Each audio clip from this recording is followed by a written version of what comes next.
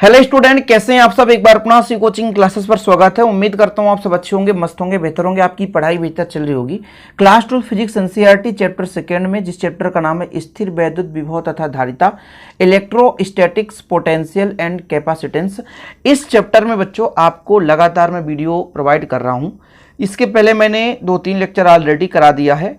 आज की इस लेक्चर में निरक्षीय स्थित अर्थात अनुप्रस्थ स्थिति में विभव, निरक्षीय स्थित अर्थात अनुप्रस्थ स्थिति में विभव की गणना करनी है।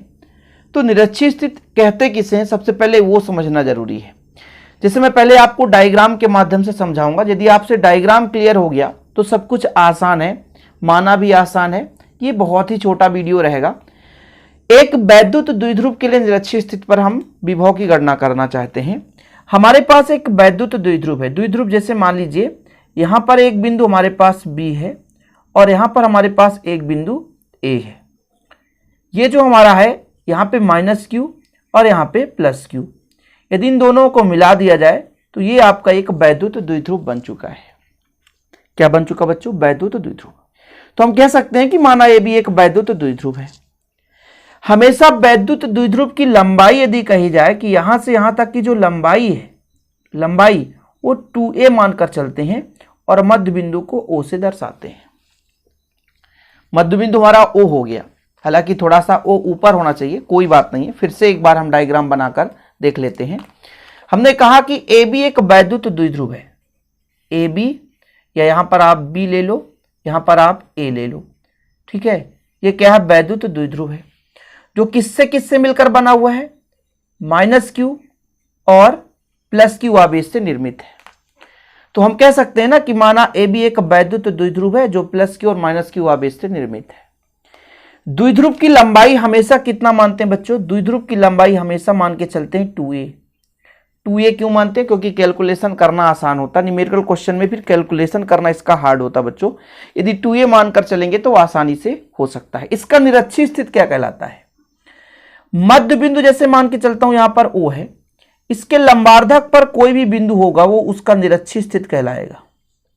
जैसे मैं कहता हूं इसके लंबार्धक पर r दूरी पर एक बिंदु P है, तो ये इस द्विध्रुव का निरक्षीय स्थिति कहलाएगा, जिसे हम अनुप्रस्थ स्थिति के नाम से भी जानते हैं। अब इन दोनों को मिला दिया जाए तो ये लंबार्धक में है, इसलिए बच्चों चाहे मैं AP की बात करूं चाहे BP की बात करूं दोनों समान होगा। चाहे मैं AP की बात करूं चाहे BP की बात करूं, दोनों की दूरी समान है। AP हमारा BP के बराबर है। AB जो +q -q से निर्मित है, लंबाई 2a है और मध्य बिंदु O से लंबार्धक पर, ये लंबार्धक है, लंबवत ऊपर की ओर है, r दूरी पर एक बिंदु P है जिस पर विभव की गणना करनी है। जो आपका वैद्युत विभव होता है उसका फार्मूला क्या होता है कि मान लीजिए कोई हमारे पास आवेश है, मान के चलता हूं ये +q आवेश है, इससे मान लीजिए हम मान के चलते हैं r दूरी पर एक बिंदु P है, तो इस आवेश के कारण यहां पर वैद्युत विभव कितना होगा? विभव क्या है? आवेश को ले जाने में किया गया कार्य। हम इसके अनुदिश आवेश को ला रहे हैं, परीक्षण आवेश, तब कितना यहां पर कार्य होगा? तो हमारा V बराबर होता है 1/4πε0। यदि माध्यम में रखा हुआ है तो K रखना है, और आवेश हमारा मान लो Q है तो Q, और यहां से यहां तक की दूरी कितनी दूरी पर है? यदि R दूरी पर तो R लिखना है। ये जो डायग्राम है इसी के आधार पर हम लिखकर चलेंगे। जैसे हमने कहा कि माना AB एक वैद्युत द्विध्रुव है जो किसी न किसी एक K प्रवैद्युतांक के माध्यम में रखा हुआ है। आप देख सकते हो ये AB हमारा है, एक वैद्युत द्विध्रुव है जो +q और -q आवेश से निर्मित है, जिसकी लंबाई 2a है, K प्रवैद्युतांक के माध्यम में रखा हुआ है। द्विध्रुव के मध्य बिंदु यानी AB के मध्य बिंदु O से लंबार्धक पर निरक्षीय स्थिति पर, हम निरक्षीय स्थिति की बात कर रहे हैं अर्थात अनुप्रस्थ स्थिति की बात कर रहे हैं। निरक्षीय स्थिति पर एक बिंदु P है जिस पर विभव की गणना करनी है। माना AB एक क्या है? वैद्युत द्विध्रुव है जो +q और -q आवेश से निर्मित है, जिसकी लंबाई 2a है, यह K प्रवैद्युतांक के माध्यम में रखा हुआ है, ठीक है। और इसके मध्य बिंदु O से लंबार्धक पर यानी लंबवत ऊपर की ओर r दूरी पर एक बिंदु P है जिस पर हमें विभव की गणना करनी है। तो हमने कहा माना AB एक वैद्युत द्विध्रुव है जो +q और -q आवेश से निर्मित है, यह K प्रवैद्युतांक वाले माध्यम में रखा हुआ है। माना द्विध्रुव की लंबाई 2a है, इसके केंद्र O से r दूरी पर निरक्षीय स्थिति पर एक बिंदु P है जिस पर विभव की गणना करनी है। और ऑलरेडी आपको एक चीज तो बता दिया गया जो आपको समझ में आ गया होगा कि किसी बिंदु आवेश कारण विभव कितना होता है 1/4πε0 के आवेश है और बीच की दूरी कितनी है r। इस पर डिपेंड करता है बच्चों, कोई दिक्कत तो नहीं है। अब देखिएगा, मैं पहले प्लस क्यू आवेश के कारण निकालूंगा और फिर माइनस क्यू, क्योंकि यहां पे दो आवेश निर्मित है इसलिए दो आवेशों के कारण निकालना पड़ेगा। तो आप लोग यहां पर लिख सकते हैं कि प्लस क्यू आवेश के कारण, प्लस क्यू आवेश के कारण बिंदु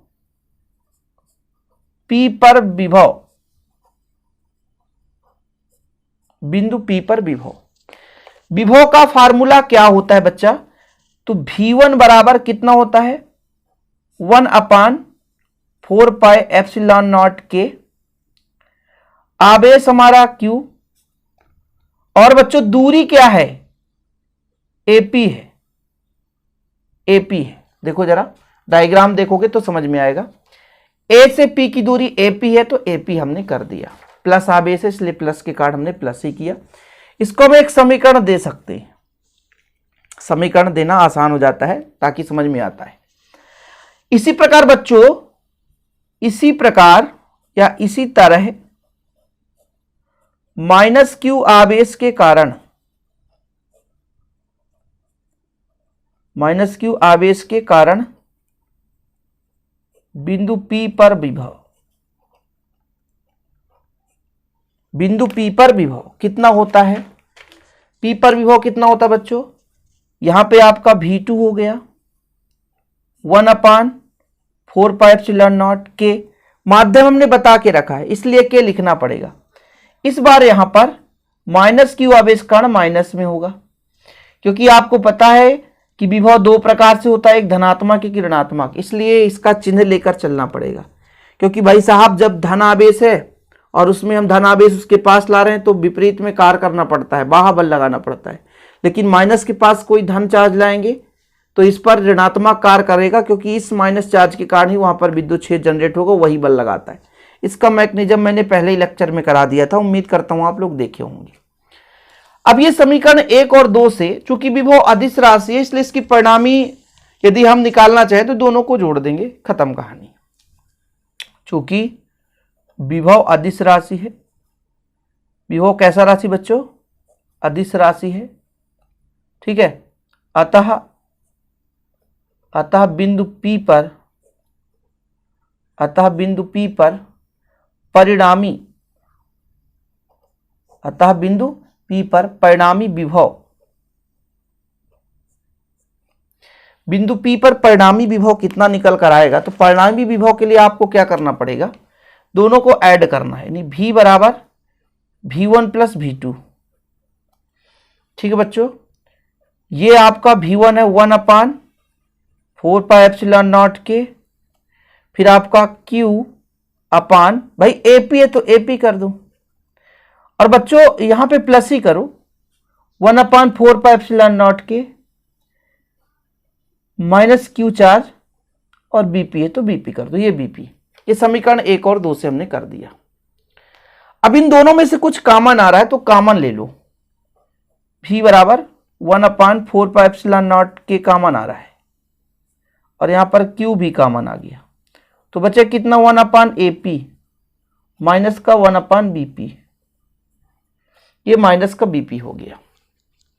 अब थोड़ा सा यहां पे समझना है कि भाई ये मध्य बिंदु O है और ये लंबार्धक पर है, इसलिए आपका जो AP और BP समान है, AP और BP समान है, तो आप लिख सकते हैं किंतु AP बराबर BP, तो ये दोनों कट जाएंगे, दोनों कट जाएंगे कि नहीं कटेंगे, इसलिए V बराबर कितना आ जाएगा 0।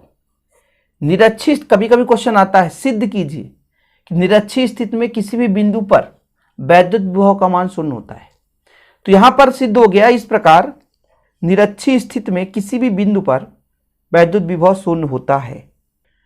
चीजें क्लियर हो गया भाई साहब कि निरक्षीय स्थिति में किसी भी बिंदु पर वैद्युत विभव का मान कितना होता है बच्चों? 0 होता है। क्लियर हो गया होगा, उम्मीद करता हूं। छोटे छोटे लेक्चर के माध्यम से पूरा प्रोवाइड कराया जाता है बच्चों।